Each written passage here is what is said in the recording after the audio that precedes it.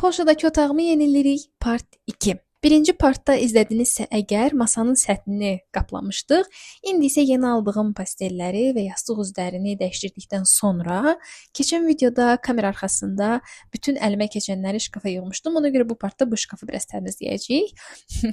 Çünki bunu təmizlədikdən sonra keçirik əsas məsələmiz divarı aboyalamaq məsələsinə.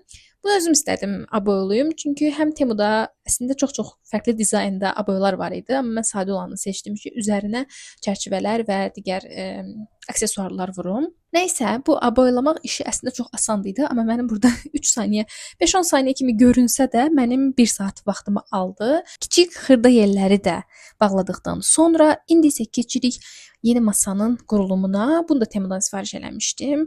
Reklam deyil arkadaşlar. Bu arada çox belə şiringeş stikerlər də göndərmişlər üstündə.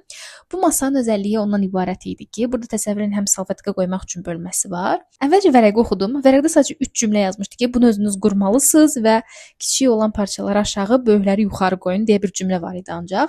Nəsə mən də biraz baş çıxartmaya çalışdım ki, görəsən bunu necə eləmək olar. 2 dənə üst-üstə qoyacağımı düşünürdüm, amma baxdım ki, sonra yox, bu belə deyil.